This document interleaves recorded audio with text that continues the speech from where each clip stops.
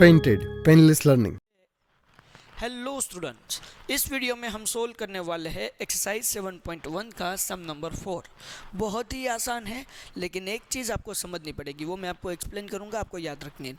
देखिए यहाँ पर क्या लिखा हुआ है, L and M are two parallel lines. यहाँ पर L और M दो पैरेलल लाइन हमें दी गई है, ठीक है। Okay, intersect by another pair of parallel line P and Q।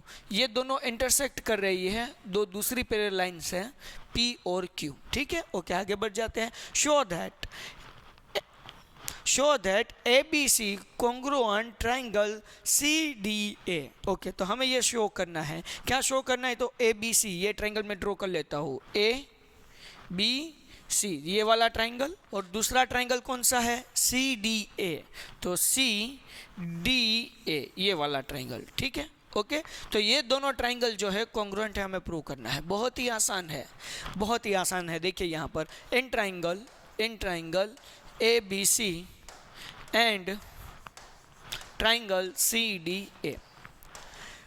सबसे पहले हमें ये पता है कि दोनों ट्राइंगल में AC कॉमन है, सबको मालूम है। देखिए AC इस वाले ट्रायंगल में भी आता है और उस वाले ट्रायंगल में भी आता है, तो हम यहाँ पर लिख लेते हैं AC इक्वल टू AC, क्या लिखेंगे, कॉमन।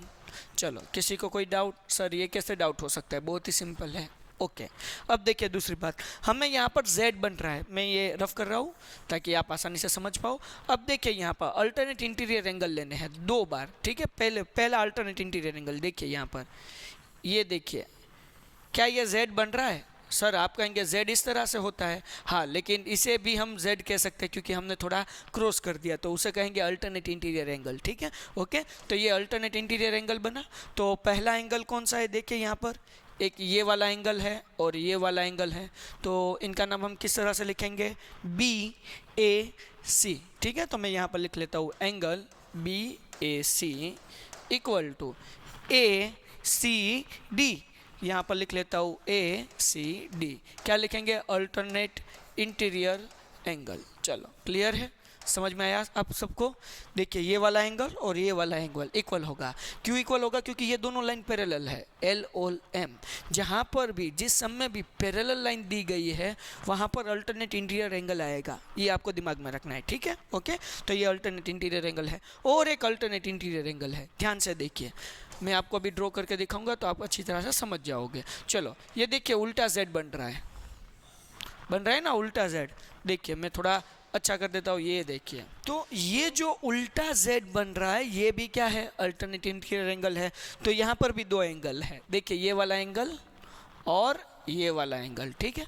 तो अब इस एंगल का हमें नाम लिखना है, तो हम किस तरह से नाम लिखेंगे, C बीच में आना चाहिए, तो हमें इस तरह से नाम लिखना है BCA, क्या लिखना है, एंगल BCA इक्वल टू, यहाँ पर A बीच में आना चाहिए, तो किस तरह से हम नाम लिखेंगे, CAD, या आप D से भी शुरू कर सकते हो, DAC, लेकिन A बीच में आना चाहिए, ठीक है। तो मैं यहाँ पर लिख लेता हूँ एंगल CAD, क्या लिखना है, CAD।